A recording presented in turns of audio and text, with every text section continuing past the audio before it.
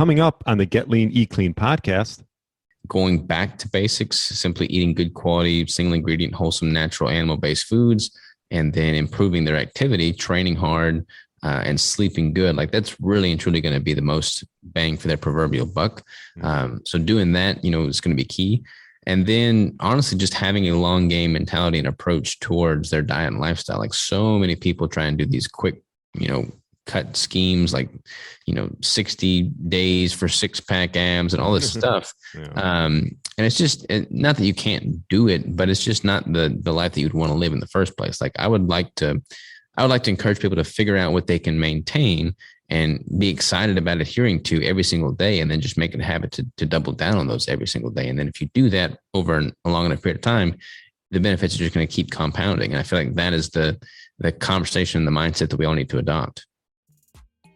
Hello, and welcome to the Get Lean, Eat Clean podcast. I'm Brian Gryn, and I'm here to give you actionable tips to get your body back to what it once was 5, 10, even 15 years ago. Each week, I'll give you an in-depth interview with a health expert from around the world to cut through the fluff and get you long-term sustainable results. All right, we got a special week this week. Myself and Robert Sikes of Keto Savage did a keto intermittent fasting masterclass. And we sat down and answered a lot of the common questions that come up around keto dieting and intermittent fasting. We dove into ways to get started and succeed in both areas. We also touched on the main benefits of the keto diet, foods to eat with quality fats, right times to fast, tips to overcome hunger, transitioning into the keto diet, and much, much more. So hopefully you enjoy this. This was a little bit different than just an interview format, and hopefully you'll get some good value from it. So I appreciate you listening and enjoy the masterclass. All right. Welcome to the Keto Intermittent Fasting Masterclass. And I have keto specialist Robert Sikes of ketosavage.com and ketobrick.com. Welcome to the masterclass. Hey man, thanks for having me. Always a pleasure. Yeah, thanks for coming on. I wanted to find the best of the best, and I got them here.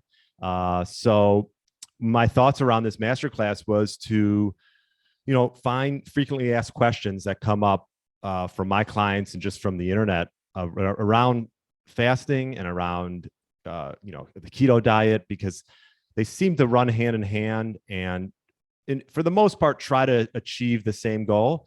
But I think there's just a lot of questions. And as you know, like what the keto diet was 7 years ago has sort of evolved and changed maybe in a lot of people's eyes, or maybe there's even more confusion around it. So that was part of the reason why. And the same thing with fasting, it's like the more time things go by, like there's 80 different versions of it. And I thought we could just bring it back to like, okay, here are the basics, here are ways to get started, and just run them through a bunch of different scenarios that work. So. Yeah, sounds great to me, man. I feel like, ketogenic diet, intermittent fasting, sometimes even extended fasting, they all kind of go hand in hand. So trying to figure out how it works for the individual is key. Yeah, no doubt. And there's definitely a self-experimentation. So anything we say, take it with a grain of salt. This is stuff that we've done maybe on our own or with our clients, and it works for them or for us. But it is sort of a journey for every individuals to find what's like the best mesh that fits into their lifestyle. I totally agree. Okay, cool. So let's just start real basic. What's your definition of a keto diet and ketosis? So this was kind of one of the topics of my presentation at KetoCon this past week or two. I would separate the definition of ketosis and ketogenic diet as being two separate things. Ketosis is simply a metabolic state in which the body is burning fat and ketones for fuel as a result of there being a deficit of carbohydrates and glucose. And I would define the ketogenic diet as a diet that prioritizes the body's burning of fat and fuel while allowing for optimal performance. I feel like by not separating those two, a lot of people lead to confusion. For instance, if you were to believe that being in ketosis is simply the only prerequisite for following a ketogenic diet, based off of my level of activity, I could eat a single apple a day and maintain a state of ketosis. I would be producing enough ketone bodies. I'd be burning through that little bit of glucose in that apple. But I would argue that an apple a day diet is not a really good representation of a ketogenic diet. So I like to differentiate the two there. So for me, ketosis is technically just 0.5 millimolar or higher on a, ketone strip.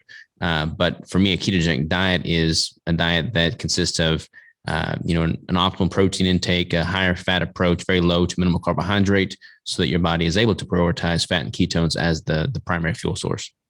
Okay. No, I like it. Yeah, they're definitely agree with you, the fact that you want to differentiate the two. Now, if we're talking keto diet, do you think of it as almost ratios? Because like I know the sort of the clinical profile was like 4-to-1, where it'd be like, let's just say, for example, 400 grams of fat, okay, per day.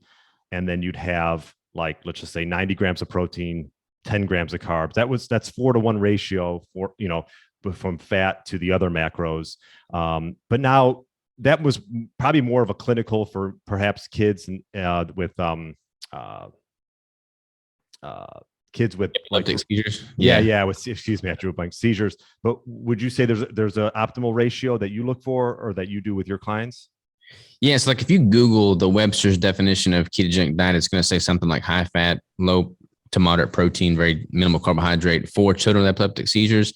But I feel like that's a very small subset of our demographic that's actually following a ketogenic diet. And because of that, you've seen this massive influx of different versions of the ketogenic diet. You've got targeted keto, cyclical keto, high protein keto, high fat keto, protein sparing modified fast. I feel like that's kind of where all this confusion stems from. So I would define it not so much as a strict macro distribution, percentage parameters per se, but it can kind of be somewhere within a window. So like for me, I'm typically somewhere between 65 and 80% of my calories coming from dietary fat. And depending on if I'm in a building phase or in a cutting phase, those are going to shift on a sliding scale slightly. Like there might be times where my protein's a bit higher, or my fat's a bit lower, or my fat's a bit higher. I mean, the majority of my calories are always coming from dietary fat. I never really ever have an instance in which protein, or certainly not carbohydrates, exceeds the caloric load of my fat intake. So that would be I would think, a pretty solid prerequisite for following a ketogenic diet. If you're having higher percentage of calories coming from carbs than fat, you're probably not in ketosis. Mm-hmm. But yeah, I feel like that range, that window can be very, different for everybody. But generally speaking, somewhere within about 65 and 85% of total calories coming from dietary fat, and then optimal protein, or ample protein rather, to build and sustain, lean tissue mass. Yeah. And we always hear about prioritizing protein and how important that is. Have you found that since you've been doing the keto diet, and obviously I know you do some natural bodybuilding, have you found that the protein part of things has actually sort of gone on the rise a little bit more, while sort of taking place of another macronutrient? Certainly as of late, that's been the talk of the town, is just always prioritizing protein, eating more protein. But I feel like the pendulum has swung so far in that direction that it's starting to have an adverse effect. Rewind 2-3 years ago, everybody was talking about eating a whole bunch of dietary fat at the exclusion of protein, and that wasn't optimal. And now everybody's talking about eating a whole bunch of protein at the exclusion of dietary fat. And I don't think that's optimal either. I mean, I feel like the answer lies somewhere in the middle, because you think about it, you have to be eating enough calories at the onset. So like if you're only consuming 1,000 calories, then yeah, you need to make sure you're eating a pretty good percentage of those calories from protein. But I don't recommend anybody only consume 1,000 calories. Whereas if you're consuming, like me, for instance, I'm at about 3,000 calories a day as a maintenance. So I'm able to consume, 150, 200 grams of protein and still maintain north of 70% of my calories coming from dietary fat while consuming that higher protein intake. So consuming ample calories in general is a really important prerequisite for making sure you get those proper macros, distributed. Because I feel like if you're not eating enough, then you're simply not going to perform at an optimal level, whether you've got a high protein ratio or a lower protein ratio and a higher fat intake. You have to make sure you're eating enough total calories. Okay. And one of the questions that comes up a lot about is what's some of the main benefits of the keto diet? Yeah. So for me, it's been, as a natural bodybuilder, it's been kind of twofold. Like one, I look at it from a performance standpoint. My ability to preserve lean muscle tissue in the context of a caloric deficit has been significantly improved. It's typical to see a drop in lean mass and skeletal muscle tissue when you're dieting down for a show. And it's possible that I lose some muscle still within a ketogenic state, but I don't lose near as much muscle as I did with a traditional bro diet, high in carbohydrates, higher in protein, and lower in fat. And I think a lot of that is due to the fact that having a higher dietary fat helps keep hormone levels at a stable, level, or more so stable level, especially as a natural bodybuilder. So that acts as a muscle preservative as well. So I'm able to train harder, I'm able to feel better, and that just makes a dietary cut for prep much more sustainable for me. But then as a business owner, I've noticed a significant boost in my just mental cognition and acuity with a ketogenic diet as opposed to traditional diets. I'm able to focus. I don't have a negative relationship with food any longer. I'm able to go longer between meals, and my productivity is just enhanced significantly.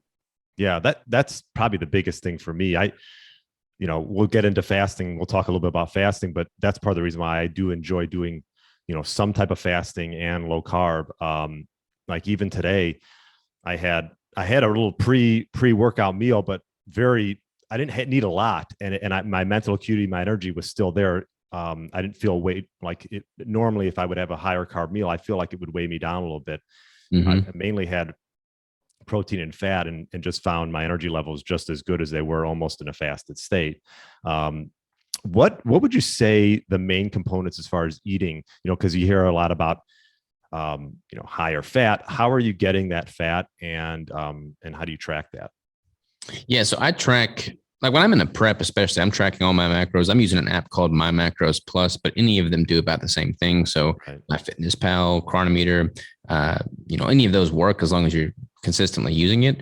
But I'll try to get the vast majority of my calories from good quality animal sources, ideally from a place where I know the sourcing. So I also hunt, so I'll have a bunch of wild game, wild venison in the freezer that I can pull from, which is very lean. So to balance out that really lean meat, I'll have a bunch of added dietary fats. And for me, that oftentimes take the form of the keto brick, like that's a 90 grams of dietary fat right there. The majority of which is coming from cacao butter, which is the greatest source of stearic acid. There's been a whole bunch of benefits that have been associated with stearic acid. So I typically use that as a solid dose of dietary fat, but I'll also get, heavy cream in my coffee. I'll cook with olive oil or avocado oil. I'll put butter on my steaks.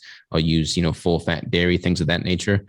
So I get a pretty good source of, dietary fat just from those means. And then I'll also opt for fattier cuts of meat if I'm not going the venison route. So, like a 80-20 ground beef or something of that nature.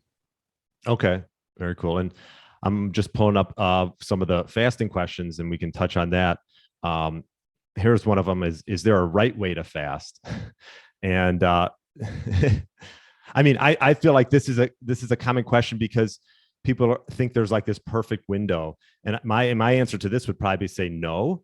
I always say, like, the two rules of thumb to follow are: don't eat right when you get up, and you don't have to eat, like, maybe give yourself 2 to 3 hours before bed, so it doesn't sort of get in the way of quality sleep and digestion.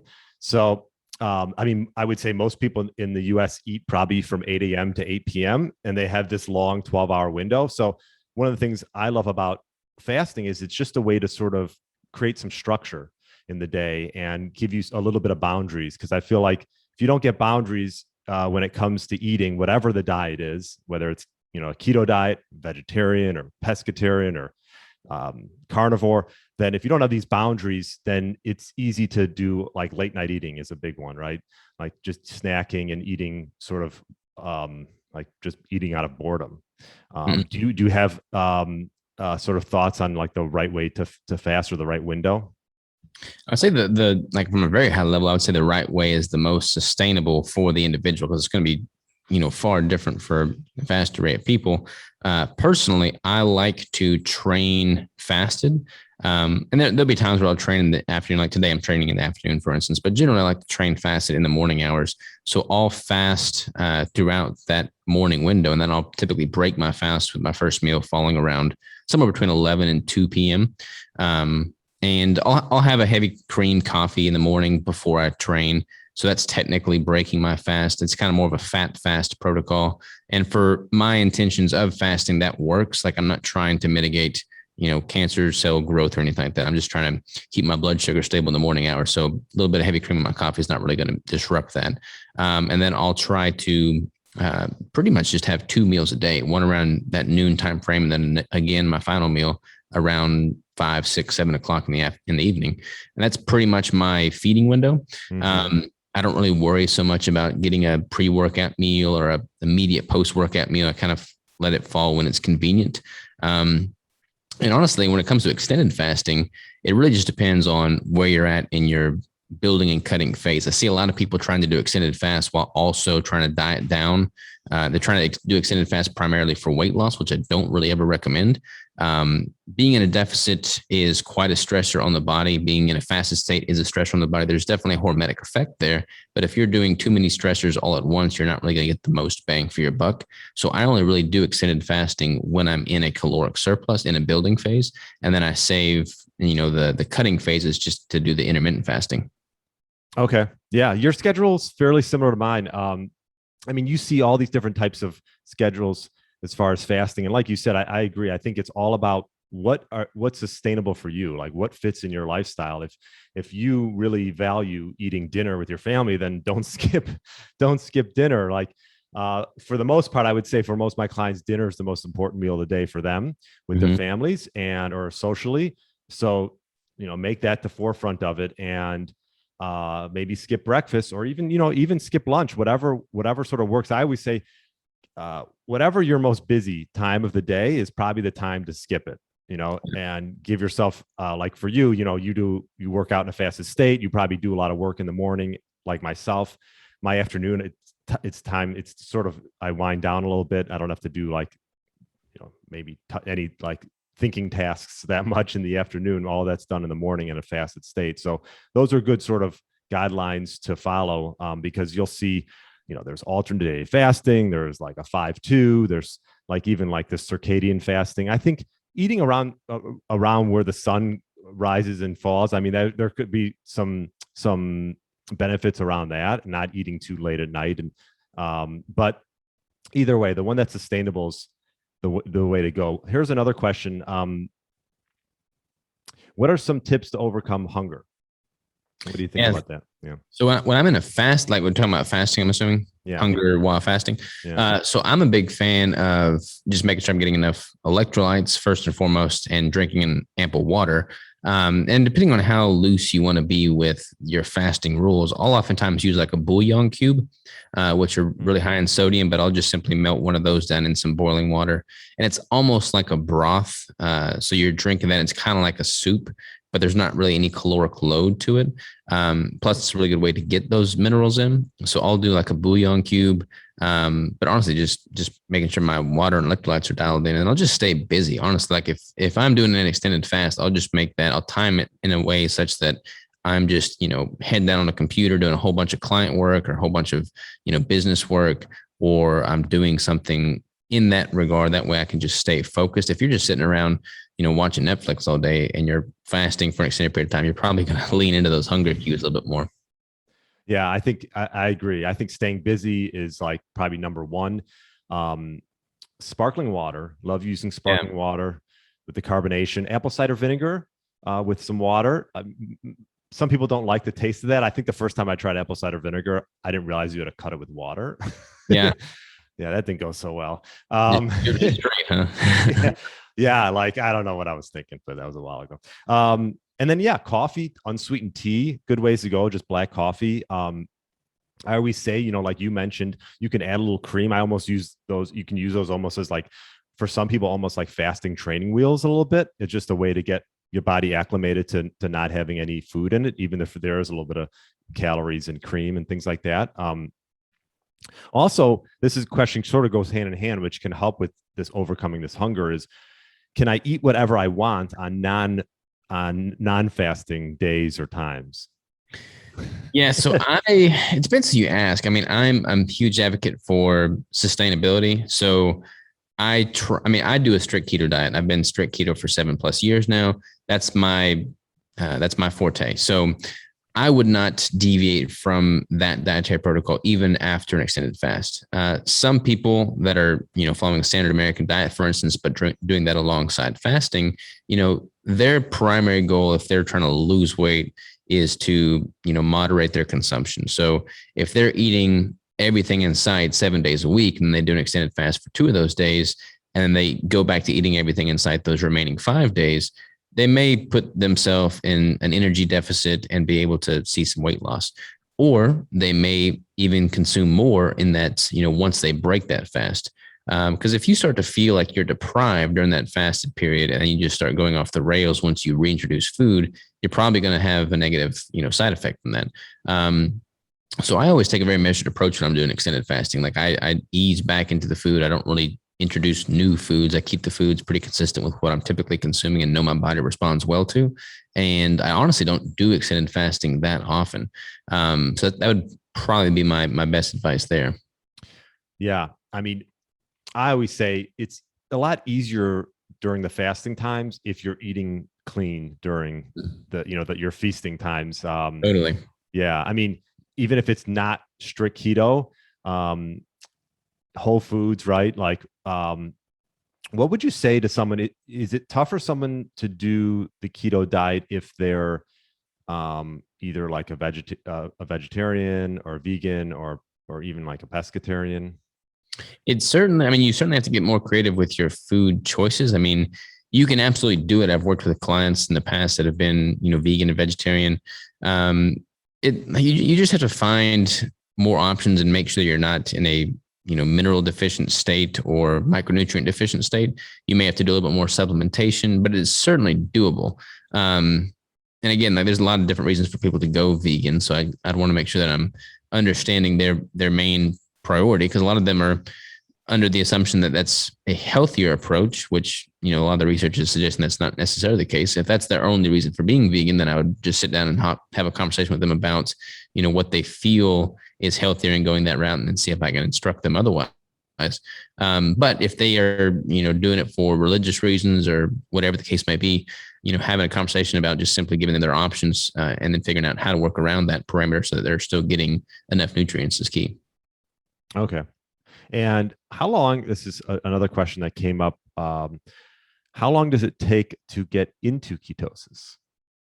Yeah, so you're technically producing ketones, probably within 12 to 24 hours of the removal of carbohydrates and sugar. So you're producing ketones pretty quickly. You're probably going to register 0.5 millimolar on a ketone strip within 24, 48 hours, maybe 72, depending on some people. However, that doesn't really mean that you are yet fat adapted. There's a pretty stark contrast between producing ketones and being ketosis and actually being fat adapted, keto adapted. So once you shift your body's primary fuel source from carbohydrates and glucose to fat and ketones, it takes a while for your body to upregulate those metabolic pathways so that you're efficiently using fat and ketones. I generally instruct people to do it for, no less than a month, but really and truly, it just keeps getting better the longer you're doing it, especially from a performance-based standpoint. So like if you're trying to excel as an athlete, then I would suggest no less than about 6 months. Then you'll really start to see your performance exceeding, or at least on par with what you were doing prior to adopting a ketogenic diet. But again, like, it's kind of one of those things where the longer you do it, the more metabolic machinery your body, puts in place to become efficient at using fat and ketones. So it just keeps getting better with time, basically. Okay. And people are probably asking, how do you measure your ketone levels? This is so, yeah. So a lot of people will start with like a urine strip, which measures acetoacetate. And that works initially. But the problem is, as you become more efficient at using those ketone bodies, your body becomes less likely to excrete them through your urine. So after a while, you'll stop registering ketones on those urine strips. So then people will transition to blood tests, which measures beta hydroxybutyrate. And that's kind of the quote unquote gold standard for measuring ketone levels. But again, depending on your level of adaptation, your body's likely going to become better at shuttling those ketone bodies, those beta hydroxybutyrate molecules, into the cell, into the tissue. So they're not going to be sitting there circulating in the bloodstream to be measured with a ketone meter. You'll still register, but you may actually see a decline in those over time. Also, this all is, depending on, what your body composition is, what your level of dietary fat intake is, if you're in a caloric surplus and a caloric deficit, all these can have a pretty profound effect on ketone levels. But blood testing is probably my preferred form. Then there's also the breathalyzer tests, which are gaining in popularity, and those are measuring acetone. Okay, yeah, I measure it from time to time, and I use like the Keto Mojo, and that's sort of a good place to start. Here's another question: is what would you recommend someone going from the standard American diet who is looking to transition into the keto diet? What do those steps look like? Well, standard American diet's pretty much bottom of the barrel. So anything you can do to get better than that's going to be progress. And the key is truly progress over perfection. So when I define, what makes up a ketogenic diet, I look at just good quality, wholesome, single ingredient foods, natural foods, animal-based foods. So if people transition their diet so that that's the majority of the foods they're consuming, then they're probably going to be doing themselves a world of service. And just simply removing all of the ultra processed foods, higher in carbohydrates, higher in sugars, higher in liquid calories, removing a lot of those and just simply focusing on good quality foods. And if they're transitioning from a standard American diet, they likely will experience a drop in energy initially, but they're able to mitigate that pretty well by simply staying hydrated and consuming ample sodium and potassium. Because when you do transition to a ketogenic diet from a standard American diet, you're going to flush out quite a bit of water in the initial phases. Your kidneys are going to flush out your minerals. So you'll be deficient in your electrolyte balance, and that's going to cause a pretty apparent decline in just energy and how you feel in general. So replacing those electrolytes with additional sodium, potassium intake, in addition to just more water consumption, is going to help mitigate those quote unquote keto flu-like symptoms. Yeah, I was going to say that's what a lot of people call like the keto flu. So you might, starting out, you might feel some of these adverse effects. Is that just like maybe tiredness, headache, things like that? Yeah, I mean, you think about it. You're most people haven't been ketotic since they were born, and they're drinking breast milk and colostrum. So most people haven't been in a ketogenic state for quite some time. And, when you shift your body's fuel source like that, there's going to be a little lag in your body being able to feel and perform at a higher level. So just kind of embracing that when it comes and just mitigating it as best you can with proper hydration, electrolytes, things of that nature. Okay. Yeah, that makes sense. And what would you say? Well, let's go to a fasting question, then we'll come back. So, this one sort of goes hand in hand with what we've been talking about a little bit. Does intermittent fasting induce ketosis? Yeah, it does. It does, depending on how long you do intermittent fast, depending on how many carbohydrates you're consuming. Once you deplete your stored liver glycogen and to some extent your muscle glycogen, and you're transitioning from a standard American diet, you're going to start producing ketones pretty quickly. But again, your body isn't necessarily efficient at using those ketones as fuel until you've given enough time to be, upregulate those metabolic pathways to take advantage of that new fuel supply. But yeah, intermittent fasting, extended fasting, certainly, those are all going to increase ketone production. Yeah. And I would just say, I think that, like, at least for myself, who's been doing this, intermittent fasting / a keto diet for quite a while, is fasting is probably the most efficient and quickest way if I really want to just get like my ketone levels up. But again, it depends on the individual and their background and what they've been doing.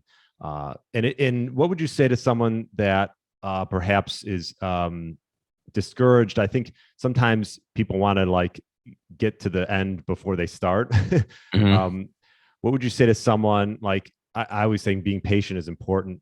What are some of maybe the mistakes that people make when they're starting out and trying to maybe get into the keto diet and into fasting?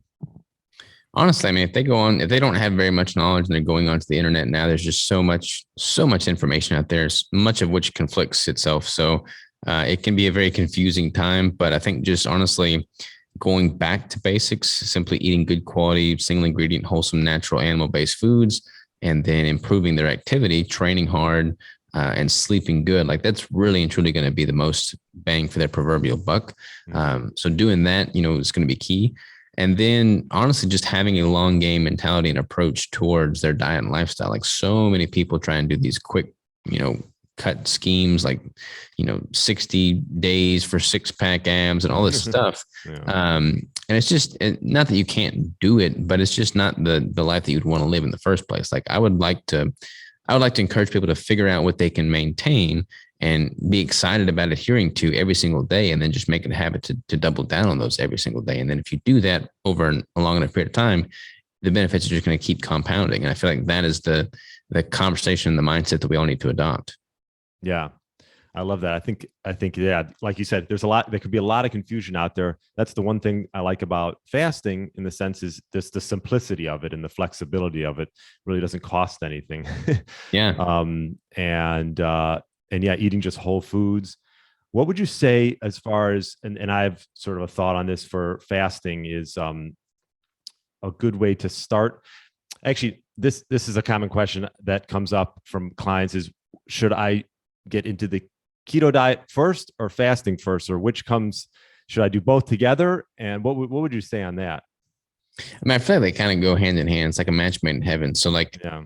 fat digests and is absorbed much more slowly than carbohydrates. So if you switch over to a ketogenic diet and you ramp up your dietary fat intake, which I do encourage people to do, if they're coming from a diet lower in fat for sure, then they're going to have all the satiating effect of that higher fat intake. Ideally, they're consuming ample protein from animal-based sources. That also takes a little bit more time to absorb and be assimilated by the body. So they should see an upregulation in satiety.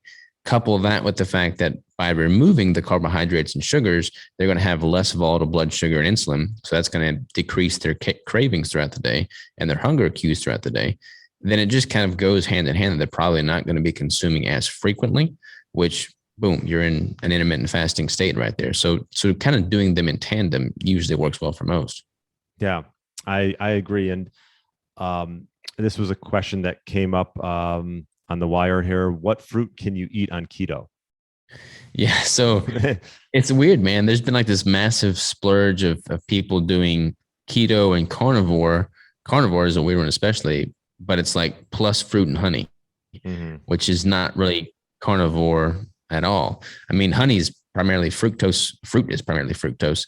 I don't really understand why there's been such a push for that, but I don't really consume honey. I don't really consume fruit. I mean, some berries on occasion. That's not really going to have much of a glycemic index. Not really going to cause any spike in blood sugar, or blood insulin. But like you're not going to catch me eating a mango or something like that. So yeah, I would keep those, pretty well non-existent. I mean, it's pretty much just pure sugar. Yeah, I mean, I guess, if you're looking at the keto diet and you say to yourself, I'm going to stay under 50 grams of carbs per day, right? That's probably a common, let's just say 25 to 50 is probably a common maybe measure that people getting into the keto diet try to reach for. Would that sound about right? And, if you think of let's just say an apple, which is probably, let's just say 15 grams of carbs, 20 grams of carbs for an apple, a person can have an apple and probably stay in the same state they were just in. Yeah, yeah. I mean, everybody, especially depending on if they're athletes, if they have a lot more muscle tissue, they're going to burn through that sugar much more quickly. I mean, I could probably tolerate 100 grams of carbs a day and still maintain some degree of ketosis, but that wouldn't really be boding well for optimizing my ketogenic diet. And that's my goal, is to simply optimize my nutritional protocol, my lifestyle, and my training and performance as an athlete. So if I'm trying to optimize with a ketogenic diet, it doesn't really, I mean, me consuming a bunch of fruit, not that fruit and alcohol are the same thing by any means, but me consuming a bunch of fruit is not really going to, improve my level of keto adaptation. It's not really going to improve my performance, just as me consuming a bunch of alcohol wouldn't either. So I don't really do those things that don't contribute to my overall betterment. Okay. And then what's thoughts on vegetables? Vegetables, I mean, I don't really notice any performance benefit from vegetables. I like to think of vegetables as a fat delivery system. I can saute vegetables in fat, just makes getting fats in easier. Some people tolerate vegetables exceedingly well. They like the flavor, they like the texture. And if you're one of those people, then I say more power to you. Have the vegetables. Still count the total carbohydrate intake, because that can add up if you consume them in excess. But a lot of people don't consume vegetables. They don't really have hardly any dietary fiber, and they don't really have any digestive issues. So I don't think they're required by any means. Okay. Yeah. And then what would you say? Okay. So someone starting out, like you mentioned, whole foods, maybe gradually, slowly cut those carbs down to a point of, is there like a sort of a ceiling you'd say for some people, or just depends? Yeah, I mean, definitely depends. You can kind of play around with it and figure out what your own unique threshold, ceiling, and floor is. Mm-hmm. Me personally, I typically stay, if I'm consuming, 4,000 plus calories, I'm probably going to be closer to 30 or 40 grams of total carbs a day, just simply because it's a lot of trace calories or trace carbs adding up with that amount of food. Right. But then when I'm in a cut, I'm consuming less total calories. I may be less, single digit grams of total carbohydrates. So it really just kind of depends where I'm at on the caloric spectrum. Okay.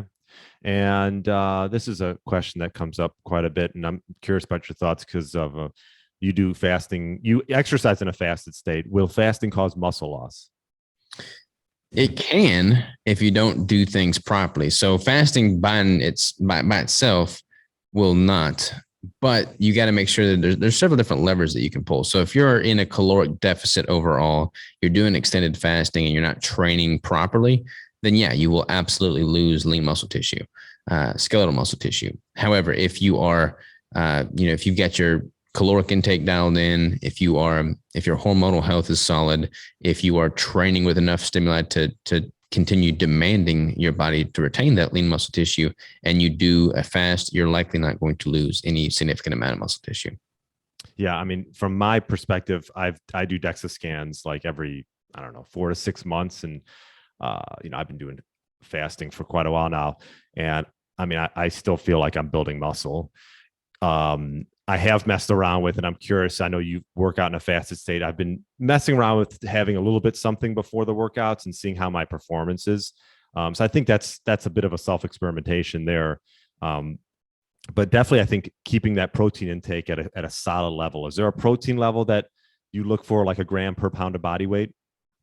Yeah, I mean, I've gone as low as 67 grams for a very finite period of time in the end of my cut. Don't really recommend that. I don't think it's necessary, especially with someone with my stats.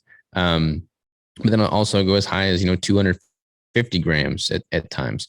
So I have a pretty broad range with protein as well. But like a good general rule of thumb is if you're doing 1 gram of protein per pound of lean mass, like that should be ample to ensure that you're not losing any muscle tissue.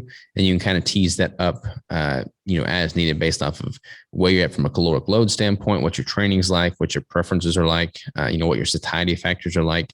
But yeah, 1 gram protein per pound lean mass is just a good general rule of thumb for sure. Okay. I'm just scanning through some of the questions. I think we've answered most of them. Did I miss anything that's come up, Robert, with clients or regarding keto and fasting? No, man. I mean, that was pretty all inclusive. We covered the gamut there. I feel like, again, just trying to drive home the points. One thing I think I talk quite a bit about is just giving yourself time in a caloric surplus. I kind of touched on that earlier about not doing extended fasting while in a deficit. I feel like there's not near enough people talking about the importance of reverse dieting and spending ample time in a caloric surplus, because so much of the media and the information out there is just focused on weight loss. But if you're chronically under eating, you're not going to perform at a high level. You're not going to have proper metabolic health, proper hormonal health, and certainly not optimize your performance. So spending time in a caloric surplus is, I think, very, very important. And when you say caloric surplus, is this something that, again, you got to sort of track maybe for a few weeks, see where your baseline is, and then go from there? Yeah. So like for me, for instance, 3,000 calories is roughly my maintenance. So if I'm in a building phase, if I'm trying to, push the needle, I'll tease that up a little bit beyond that 3,000 calorie mark. That's going to be different for everybody. But like, for instance, I'll have a lot of female clients that come to me, they're wanting to lose weight, and they've been consuming less than 1,000 calories for the past 6 years.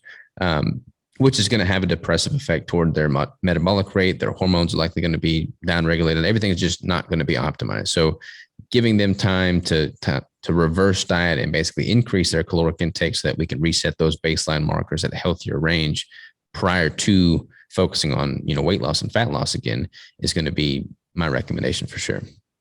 Okay. Yeah.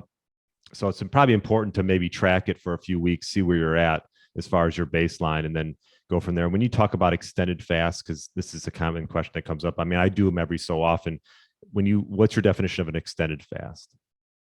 I mean, I would say probably anything over 24 hours. I mean, I've gone as long as, I think 5.5, as long as I've ever gone at any one time. I'll intermittent fast pretty much daily, in which case I have my last meal around 6, and then I have my first meal around noon. But anything longer than that, I don't typically do on a regular basis. I did like a 3-day fast, 3.5-day fast about a month ago. But I don't really do those too often. And when you do, I'm curious, when you do extended fasts, are you just maybe just taking it easy activity wise, or are you still training and stuff? I can't really take it easy, man. I don't know how to, so I keep training. I prefer it. I like it. I feel like my body responds well to it. So I keep training. Okay. And you're just drinking water and minerals during that time. Water, electrolytes, and that's pretty much all I need, man. Are there, before we wrap it up, are there any like precautions? I know you mentioned sort of the keto flu symptoms. Are there any like other precautions when following a ketogenic diet? Not really. I mean, people like are fearful of precautions, are fearful of the ketogenic diet. There's a lot of fear mongering out there. A lot of people worried about lipid panels and whatnot. But I mean, really and truly, with any diet, just simply get those panels checked. Like go and get a routine lab check, see what your lipid panels are doing, see what your hormone levels are doing, see what all these markers are, and then check more than once. Like you might go get all these labs drawn, and then start a ketogenic diet. But if you don't get another set of labs drawn, you won't really know if you're moving in the right direction or the wrong direction. So getting routine lab panels done, every 6 months or a year or so, I think would be good advice regardless of the diet you're following. Now, not to go down a whole different road, but are there certain labs that you tend to look for, like for your clients, male clients particularly? Yeah, I mean, I think a fully comprehensive lipid panel is good. With particle size is good. I'll get like a C-reactive protein, so I can kind of see what inflammation markers I've got dealing with. And I'll get like a full hormone panel as well, just to make sure that all my hormone markers are in the good healthy range. And that's pretty much my standalone basic test advice there. But then if you've got specific other factors that are kind of red flags, and testing around those, I think would be key. Kind of looking at it from an individualized basis for sure. Okay. And who should not, this is a question that comes up, who should not try intermittent fasting? I think anybody should try it, man. I mean, there's not really any harm in trying it. You won't really know if it's for you until you do try it. And I don't really think there's much of a risk unless you have some weird, crazy issue that the doctor says, hey, look, don't ever go more than 6 hours without eating. But that's probably not the vast majority of the people out there. Okay. Yeah. And I was going to say, maybe if, you're on certain medications, right? Or you're obviously pregnant or breastfeeding, or someone perhaps that's really underweight. Yeah. I mean, if you're anorexic and you just simply need to eat more in general, it's probably not worthwhile to do extended fasting. Yeah. Yeah. And I would say perhaps too, if you're fairly young, in the growth mode, you have plenty of time to get into fasting. Yeah. As you get a little bit older, maybe over the age of, 16, 17 and plus. Yeah, no, that makes sense for sure. Probably not any benefit for kids doing extended fasting. Yeah. But it's kind of crazy, man. You see a lot of kids these days with, type 2 diabetes already, and morbidly obese, in their early teenage years. So it's kind of crazy what's happening with the youth right now. Yeah, it is. And well, this was good. I just to sum it up. So I would say that for individuals looking to get into keto and intermittent fasting, it's a great 1-2 punch.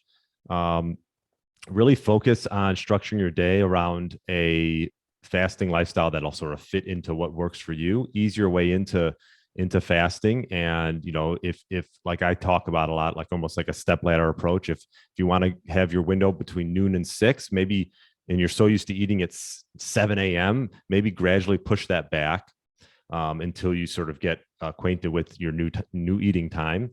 And then obviously same thing, I think, with like getting into, a keto diet, which is pretty much just almost like a whole foods diet, but gradually minimizing carbs, and especially processed carbs, and, focusing on, like you said, one ingredient items that expire.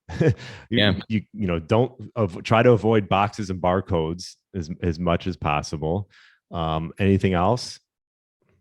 That's pretty much it, man. And honestly, just play the long game, kind of like I was talking about earlier, having that long game mentality towards it. If you do that, you set yourself up for success, and then you get excited about seeing the progress over time, as opposed to just a singular moment in time. Your likelihood of adhering to it for that longer period of time is going to be significantly improved. Yeah.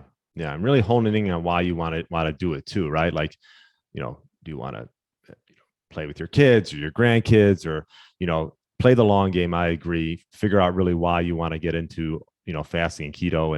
And when you really know that, that'll sort of drive you through the times that maybe are a little more difficult, especially when you're just starting out. Yeah, 100%, man. Really have a very clear understanding of what your purpose is in the first place, and then attacking that with everything you've got. Awesome. All right, Robert, ketosavage.com, ketobrick.com, and you have a new book that's been out for a few months, Ketogenic Bodybuilding, correct? Sure, that's it. Awesome. Well, this was a fun masterclass. Hopefully you got a ton of value from it. And thanks, Robert. I appreciate it. Hey, man, always a pleasure. I appreciate the time. Thanks for listening to the Get Lean, Eat Clean podcast. I understand there are millions of other podcasts out there, and you've chosen to listen to mine, and I appreciate that. Check out the show notes at briangryn.com for everything that was mentioned in this episode. Feel free to subscribe to the podcast and share it with a friend or family member that's looking to get their body back to what it once was. Thanks again, and have a great day.